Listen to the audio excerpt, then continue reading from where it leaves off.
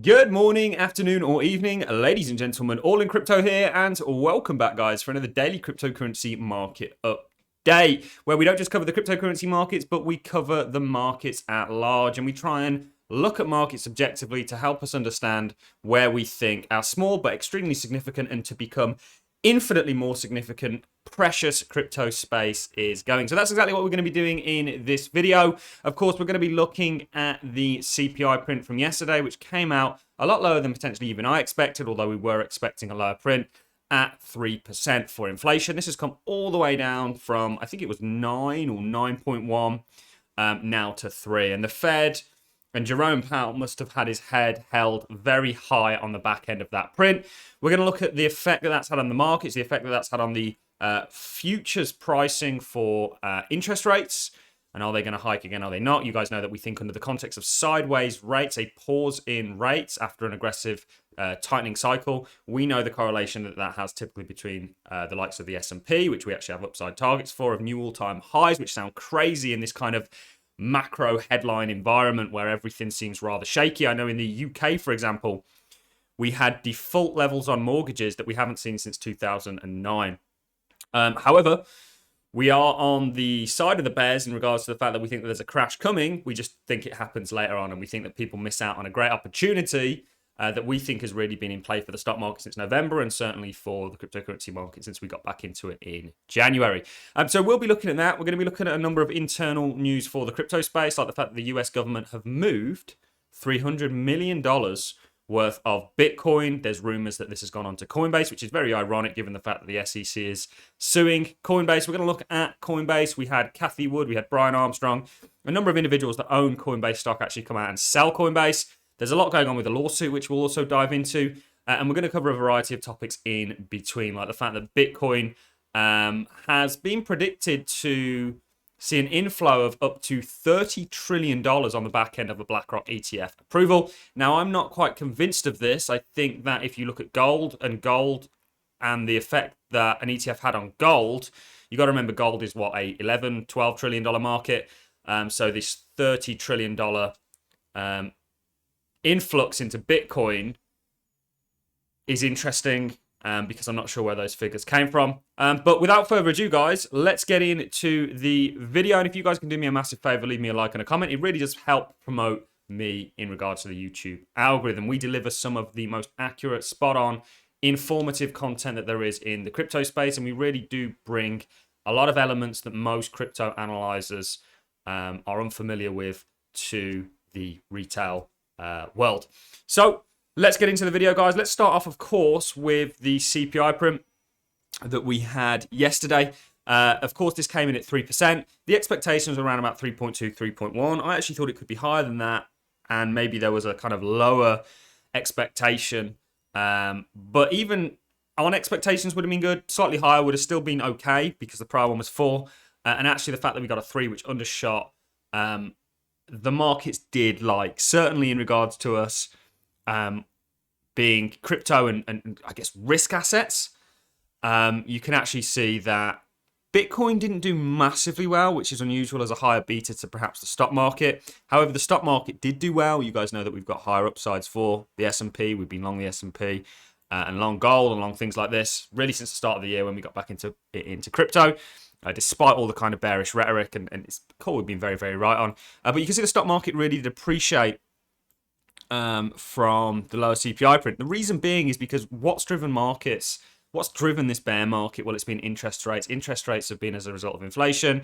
Inflation is now coming to an end. Interest rates are now coming to an end. And markets being forward-looking and liking this and adjusting accordingly. And the higher this rally goes, the more sort of pressure there is on funds to actually reallocate and not be losers or missing out on. There's FOMO, not just in the retail space, but also in the institutional space, not be missing out on market moves. And certainly this has been a spectacular move that we've been very right on. The dollar, crazy draw here, actually has seen a real spill. Now, there could be a potential head and shoulders in place here. We did look at some comments from Francis Hunt, who was calling this spill to the downside. This, of course, is positive for the crypto space, for things like gold that we think ultimately is going to go significantly higher. You know, gold is on the precipice of all-time highs. We think this is a bull flag that sets up for 3,000. We think the stock market is going to 5,000. And actually, we've done a lot of analysis in relation to this is Bitcoin against the SPY. And this, of course, is Bitcoin against gold. So we think Bitcoin is going to do very well. It's out of a downtrend now against gold and the SPY, so it's likely going to overperform them, and we think that these markets are actually going to do quite well. So we remain long and strong. I think altcoins right now are a very turbulent market. Bitcoin and the dominance for Bitcoin is clearly the trade right now. However, money will pivot into altcoins. We assess that Bitcoin's out of a bear market, the total market cap for crypto is out of a bear market, stock market's out of a bear market, gold's out of a bear market. We're just waiting for altcoins really to catch up. So we think all systems go, and actually we think that right now with regulations, we are on the precipice of a catalyst that takes this industry from a trillion to the tens of trillions across the board. Now, we've had some really interesting things sort of take place. I don't know how to take the market feedback in regards to Bitcoin potentially not doing so well on the back end of the inflationary print, which we saw dollar weakness on and stock market and kind of risk strength on. However, it could just be a case of there's internal things happening within crypto. Yesterday, I think the markets were kind of spooked with the fact that the US government moves nearly 10,000 Bitcoin worth over $300 million related to Silk Road seizures. The government actually holds, I think, more Bitcoin than, or the DOJ actually holds more Bitcoin than Michael Saylor. So the government previously promised to liquidate approximately 40,000 remaining Bitcoin from the seizure of in 4 more batches. Over the remaining of the calculated year. So they're going to be a continuous pressure. This is nothing new. They've moved over $1 billion before. Someone was speculating that they moved it to Coinbase. This, of course, is the wallet. You can see the 12th of the 7th. Very interesting. The Department of Justice, the DOJ. We will see what transpires. So I think the market's maybe a little bit spooked from that. Potentially intrinsic. You know, remember, just because there's correlations, there are times of discorrelation. For example, FTX. So we actually got very lucky that FTX happened. Now, that sounds really horrible to say that, but we'd have been late to the bull market that the stock market was already in if it wasn't for FTX, because we were still bearish here. You got to remember, we only pivoted into the markets on the 5th of January, which was, by all accounts, a spectacular call. But there are times of discorrelation, and maybe crypto had its own internal issues. We still assess, though, that this lower print is very positive for the markets. It's feedback that we've been expecting and wanting, and ultimately all feeds into our kind of overall narrative picture and bias of where these markets are heading. But despite the lower print, actually it's very interesting that the Fed, in regards to the CME group, there's an 89% probability, basically a 90% probability, the CME group have it as the Fed continuing to do a 2.5 basis point hike. Now, this could be the kind of capstone in regards to rate hikes, and then they could, it could be the final hike. This is probably the narrative now, that this is the final hike. I think Jerome Powell really threw a spanner in the works. 13 days or so until this takes place. It's the 26th of July. It's an inter-meeting rate hike, which is unusual. I think Jerome Powell's very much just throwing a spanner in the works, and he may want to just get this last hike in there to ultimately seal the deal on inflation. But inflation's where it needs to be. I don't really think they need to hike. It could just be a kind of, I think token gesture is the wrong word to use. But something of that sort. And even if they do hike again, we don't really think it's going to be that negative. And certainly if you look at what the markets are showing us, they don't think it necessarily is going to be either. So let's move on to a little bit of news now, guys. Ultimately, you guys know the plan. We say it day in, day out. Make sure you subscribe if you're not already. We're long and strong, and we've really had that approach since January. We think that you've got an amazing opportunity ahead of you in regards to the crypto space. Let's move on to a little bit of news. According to Bloomberg ETF analyst Eric Balchunas, the approval of Bitcoin spot ETF by the US and Securities Exchange Commission, the SEC, could potentially drive an astonishing 30 trillion worth of capital into the Bitcoin market. Now, I'm not 100% sure.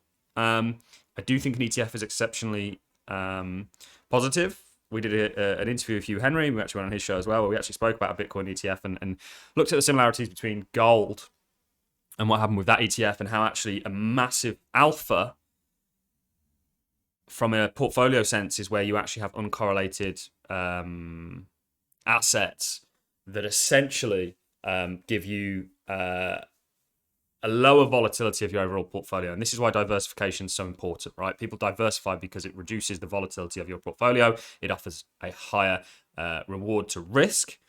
And ultimately, when Bitcoin gets approved as an ETF, it becomes a very viable, certainly in the United States, which is the major market, asset for asset managers to hold and diversify with. And it's a mandate for portfolio managers to be diversified. And certainly we know BlackRock will help push that. Not sure about 30 trillion. We haven't seen that for gold, and gold's had an ETF for nearly 20 years now. Or it has had an ETF for 20 years if you count the Australian one that took place first. They're only on 14, 13 trillion, could be 11, 12, I'm not 100% sure, in terms of overall market cap of gold. So 30 trillion, I think, is a bit of an overshoot, but could you see the tens of trillions? Certainly. Is 30 trillion out of the realms of possibility down the line? I think the Bitcoin bug is well and truly here. We're going to be doing a video on the kind of historical economists that predicted in a roundabout way Bitcoin. I think it's very interesting because Bitcoin is far more than just an investment. I think it's something very social, and I think it's Pandora's box in regards to challenging the whole parameters of money and the paradigm of it. And certainly these kind of philosophical things are things that I'm very interested in. But enough of that rambling. Very interesting take. Potentially, it's extremely bullish. We know yesterday that the US government, and this was some of the main headlines, moves nearly 10k Bitcoin worth over 300 million related to Silk Road seizures. They have been dumping Bitcoin. It hasn't, I think March was the last time they did this, and actually potentially had something to do with this. But then you saw a strong uptick from it. And we ultimately think we have this inverse head and shoulders that's played out. We're developing courses for the Patreon, and then we'll ultimately sell the courses separately. Right now I'm doing a course where we're looking at actually stages of a market. We're breaking it down into 4 stages. We're using concepts like Dow theory, Wyckoff, Stan Weinstein's bull and bear market theory, combining a whole list of things. And absolutely the assessment for me is that this is now a breakout stage for Bitcoin. And ultimately, it's the base is an interesting time to accumulate, but it's actually the breakout where people and certainly funds wait for that breakout, that retest to load up, which is why we've seen such a strong candle here. This is going to continue. Could it be a similar scenario to here? We will see. But ultimately, we have targets for 41, 43k Bitcoin, and then potentially, depending on where you're drawing a bull flag, if you're classing this as a bull flag, you could be seeing 51 plus. So this is the plan. The Bitcoin and the US government, we're not really that fussed about. It is a factor. This was very interesting. $305 million worth of BOJ, so DOJ, not the Bank of Japan, Department of Justice, owned Bitcoin, hitting Coinbase for liquidations. The same Coinbase the SEC is suing. Coinbase will absolutely win the lawsuit. You wouldn't have people like BlackRock behind it if they thought it wasn't going to. Some recent sort of progress on this is we have responded to the SEC statements of intent to move to strike Coinbase's defense, rooted in the major questions doctrine, which we looked at the major questions doctrine, which essentially is a doctrine that the regulating agencies are mandated to enforce in jurisdiction areas that they've been granted, and they give quite a the Supreme Court give quite a wide jurisdiction. However, there are areas where they overstep the mark. This is the basic concept behind the major questions doctrine, which calls into question these issues, which potentially crypto is in relation to the SEC. Abuse of discretion, equitable, estoppel, unclean hands, and latches. We look forward to addressing the court tomorrow morning. So this is an active thing that's taking place. Remember, BlackRock are using Coinbase. Everyone's using Coinbase. Coinbase were allowed to IPO, which had to go through the SEC because they are Coinbase stock is a security. Today, the Blockchain Association submitted a letter to the SEC Inspector General Counsel calling for an investigation into the surrounding of Prometheum. I can't stand Prometheum and the CEO, and I think that's extremely harsh words to say.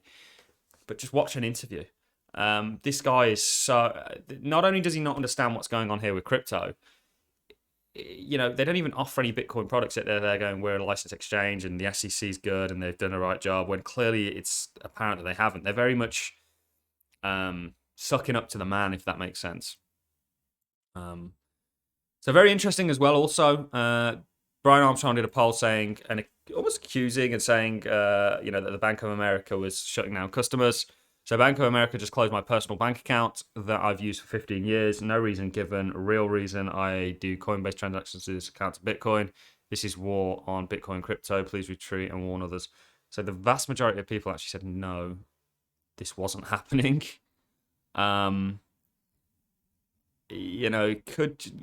People are very emotional, aren't they? And if something happens to them and they feel like a victim, they'll look for, a voice, I guess, a platform, and Twitter is often that. So I'm not sure how much truth there is in this. I think Brian Armstrong is not a bad guy. I think CZ is not a bad guy, and we actually stand with both of them and wish them all the best of luck. Talking about Coinbase stock, actually had Kathy Woods, who recently bought, selling more. Could be a reason behind this. As the price hits $90, we actually have been saying long Coinbase. We've even been saying long ARK ETF, which is a bit of a sin, I guess, to say. But you also had Brian Armstrong sound of it. So it could just be a simple case of profit taking. Is there something, people always like to come up with some nefarious reason why these things are happening. Is there some sort of a nefarious reason? I don't know. I think, we're not going to know until it takes place. But in my opinion, it could just be a level. Let's take a look, actually. Key level of profit taking, which you can see it is. So you'd expect resistance here. And you've got your base forming. It's, you know what? This DNA is across the board, and this is why we've used... Guys, subscribe to this channel. Seriously. This is why we've used...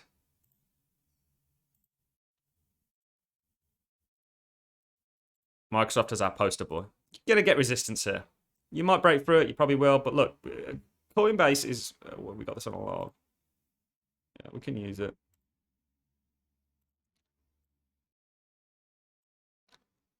Coinbase is a $200+ stock. Bit of TA for you there off the rip. That's really what I've got for you guys. So it's very interesting. There's never a dull moment in the crypto space, even though the interest is extremely low in crypto. We've certainly noticed as a channel. We've been here throughout this entire bear market, and we're going to be here 10, 15, 20, 30 years into the future. Join the movement, the all-in crypto movement. We've got lots of things coming, from websites to course material to really expanding and fleshing out the Patreon and the membership and creating somewhere where you can mitigate a lot of the bullshit that's out there.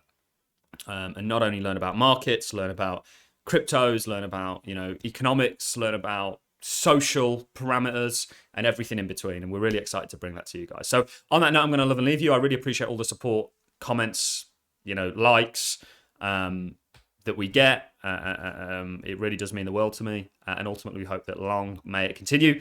On that note, I'm going to love and leave you. If you enjoyed the content, appreciate it as a comment, and I'll catch you in the next one. Thanks a lot for watching, guys. See you in the next.